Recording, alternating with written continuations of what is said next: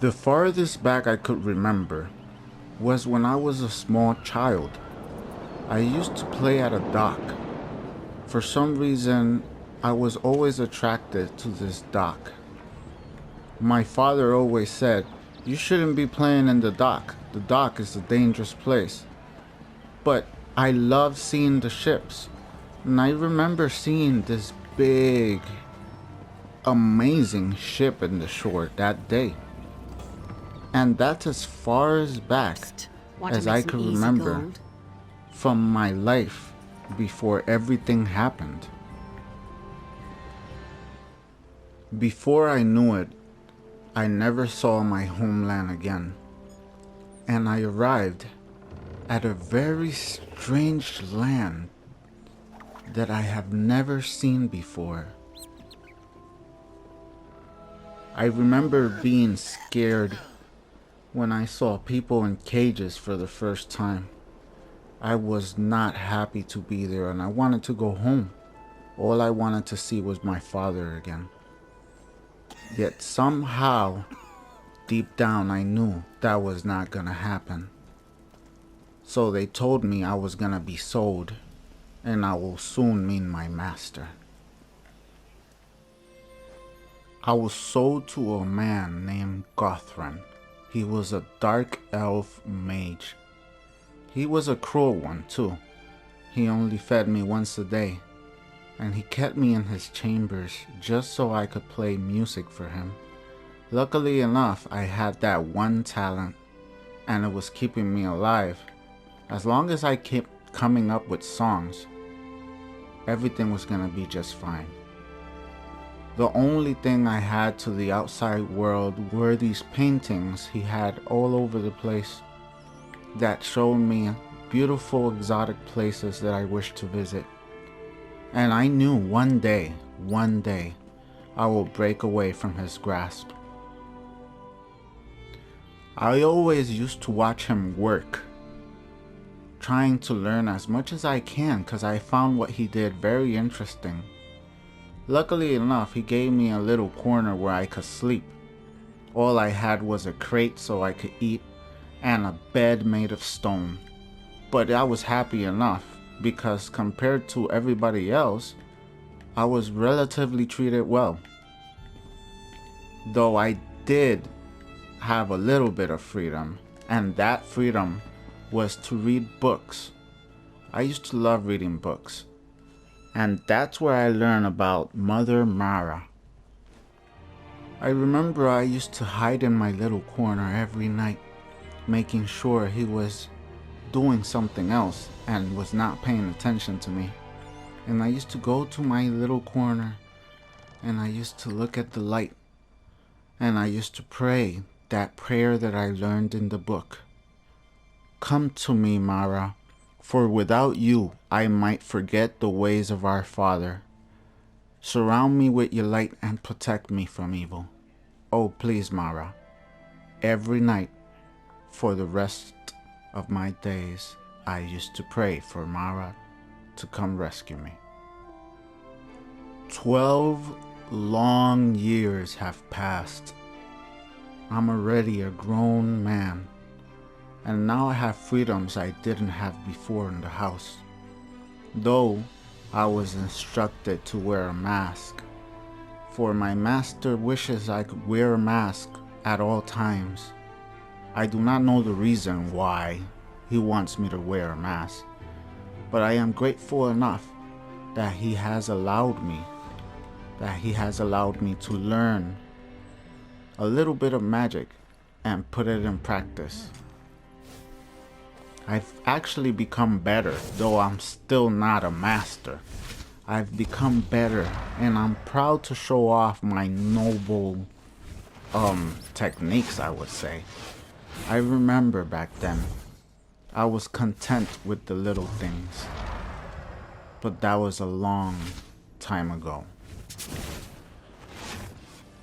By this time, I was allowed to wander in the gardens, though it was kind of a mixed feeling type of garden where slavery and beautifulness were intertwined. tread lightly. The slave master is always looking for fresh hands. We were filled with slaves, but some of them actually became quite close friends. This one does not even like mushrooms in his stew. Why fate has brought him to live in one, he will never know. One particular slave used to tell me stories. Some masters are kind or bearable. This one has heard such tales. Magister Gothrin is not such a master.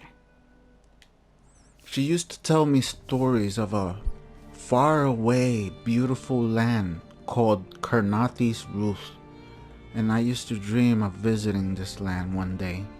I used to dream and hope that I would not be a prisoner forever. What made me the happiest and my only escape was to read. I loved the stories, and I also learned so much. And I remember one book I found that taught me about the other Lady of Light, called Meridia. So I remember that night, I set off to my little tiny corner, which I still slept in. And I remember praying to Meridia that night. And unlike Mara that never answered, Meridia did answer. And she told me that she's willing to help me if I'm willing to help her. And at this point, I'll do anything for freedom. And I said, yes, I will do anything if you set me free. And I remember doing as she instructed. She told me to hide, and today there will be less guards, and just like she said, there were less guards, and therefore I finally had a chance. Though I have tried many times, I have been caught, but this time I decided to follow her instructions, and she told me head east. So I swam in the rain, no matter how cold the water was, and no matter how far I had to run. I was gonna follow her instructions and run to my freedom. And there I saw a harbor, and I was hopeful that I might actually achieve freedom. And as she instructed, there will be a ship that is not usually there and will whisk me away because it is her will.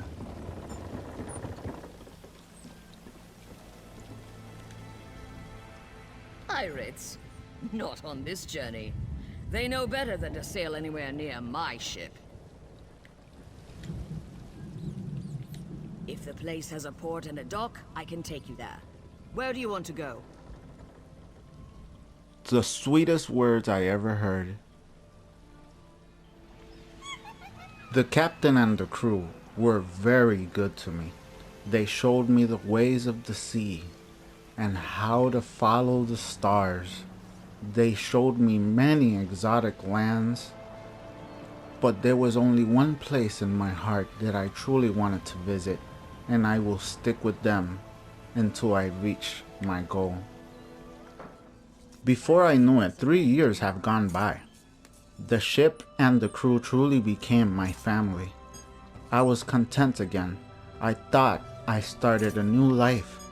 I had no idea what Meridia's purpose for me was, 'cause I prayed every night, and she never answered again. I kept praying. My faith was strong. I knew she set me free, and I owed her a debt. Until one night, something that I never thought would happen, happened. A storm broke out, and by the time I woke up, the whole ship was ruined. How long has it been? Where is everybody? I was in a sea of shipwrecks, so I swam. I swam towards shore.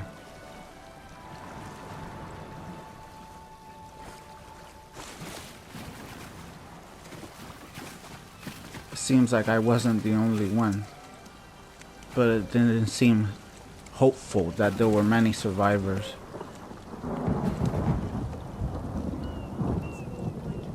I saw some soldiers, scouts it seemed like, so I asked them. You're in a sorry state, friend.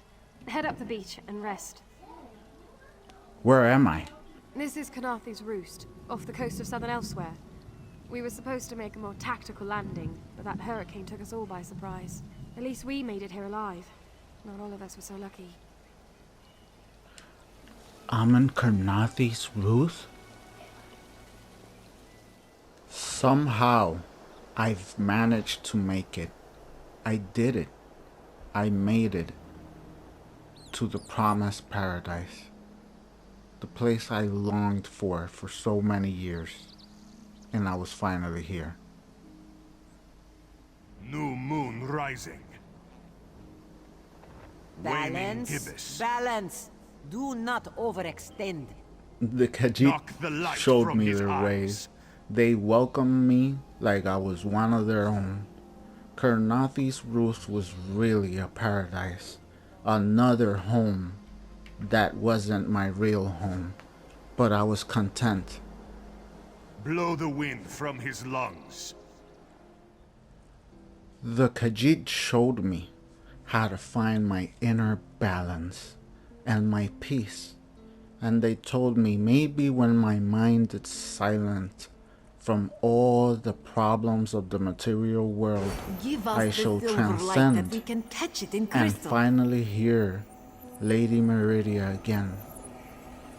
And I practiced and I meditated and I prayed. This one gives thanks.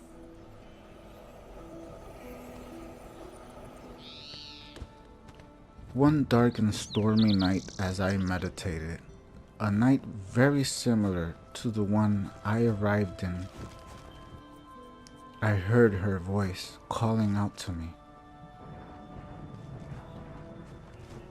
She told me to follow the light, so I did.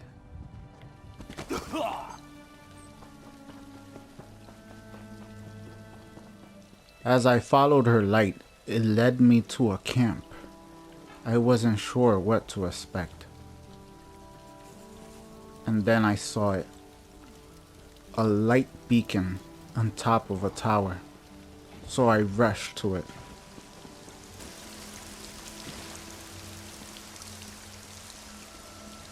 When I made it to the top, it seemed like it was a crystal of some sort that was lighting up to the heavens. And all I did was a simple touch.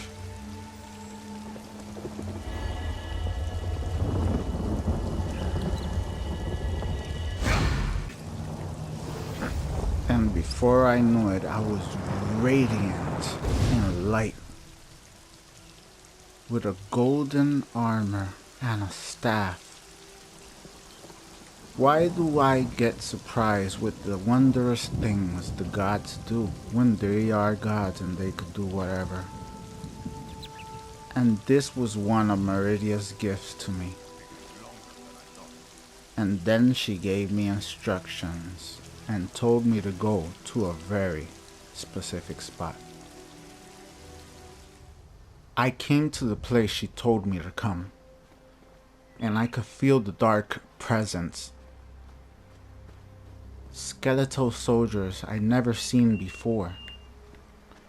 But I pushed forward for my lady, for with her staff and armor, I shall get through anything.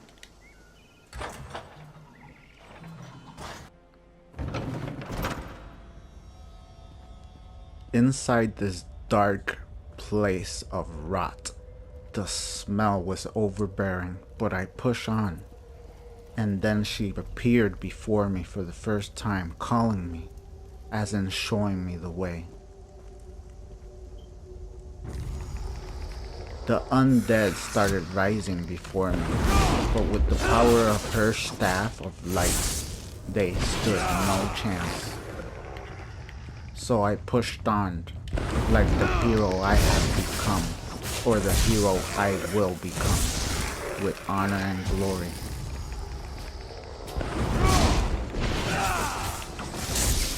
using all the power of light I was given, and the powers of magic I've learned throughout my years. I vanquished the evil undead, not knowing what I would find at the end. But I promised my lady to serve her, and serve her I shall, for she had granted me freedom.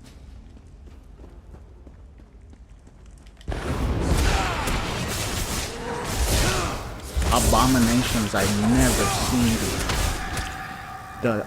The undead rising all over this crypt. It was truly something that could only be the work of a necromancer. But I followed my lady,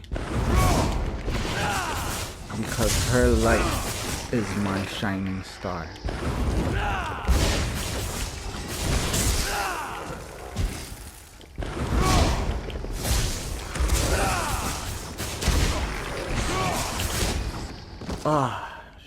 Snap. It was truly fierce battles, but her armor somehow kept me safe.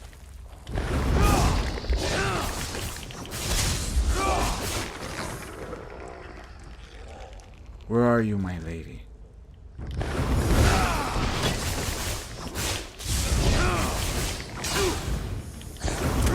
Her armor truly has a shield of light that protects me. And then I found a swarm of undead.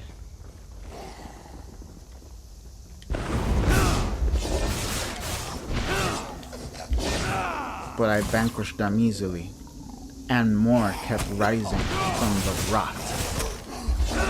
It was truly a nightmare.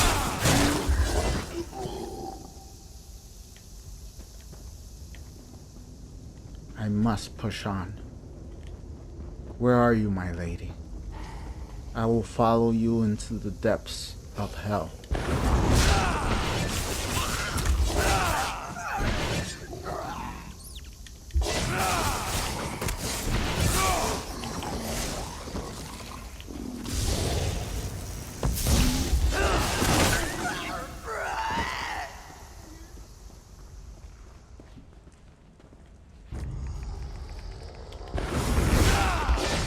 And then I saw her. I'm so close.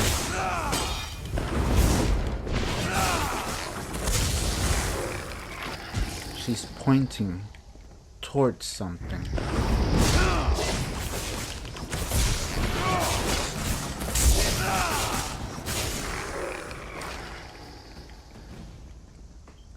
And right behind a legion of skeletons was the dark creature itself.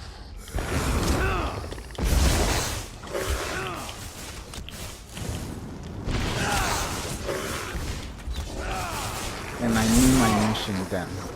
My lady wanted me to destroy the creature. And destroy I shall. For her light fills me.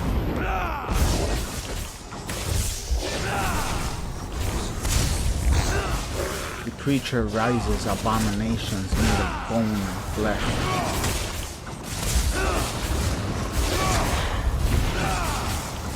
Trapping me in its grasp. But nothing shall stab. Nothing shall stop her piercing spear of light. And I have vanquished the creature.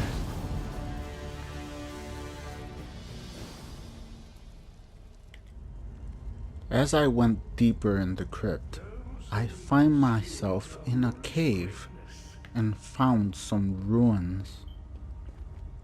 It was truly a sight to behold. So I approached, not knowing what I was about to enter. Meridia's shrine? In here? So I entered her temple, and to my surprise it was pristine inside. And there she was, waiting for me in the altar. So I approached with anticipation.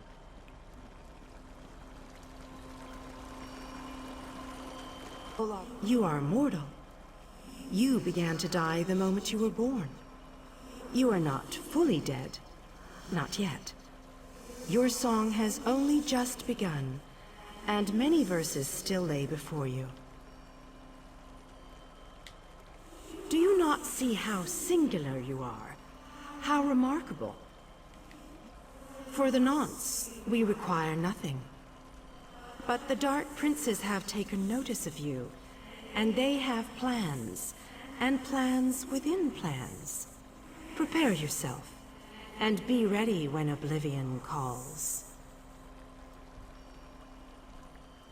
She bestowed upon me another gift, a war horse, and she told me that as long as I follow her ways and cleanse her temples and the world of Tamriel of the undead, she will one day make me a golden saint. She will purify me and truly make her one with her own light. But for now, I am free to roam the world as I please, as long as I purge her temples of impurity, just like I did this one. And therefore, the war horse was a gift for this journey. And the journey has only begun. I'd made my home the one place that truly feels like home. The one place I've always wanted to live in, ever since I was a child. My home is Karnathi's Ruth. I always come back and I'm fully welcome with the Khajiit people. This is my paradise, and you shall always find me when I'm on break in my home. Now I just travel and follow her light wherever it may shine. My purpose, my path is to cleanse her temples and follow her disciples and making sure they're on the right path as well. My journey will not end anytime soon, but with her gifts I shall carry on until I become a golden saint. And there you go, guys. If you made it this far, thank you for watching. If you liked it, please leave a like, and subscribing is free, and I'll see you guys next time. Bye bye.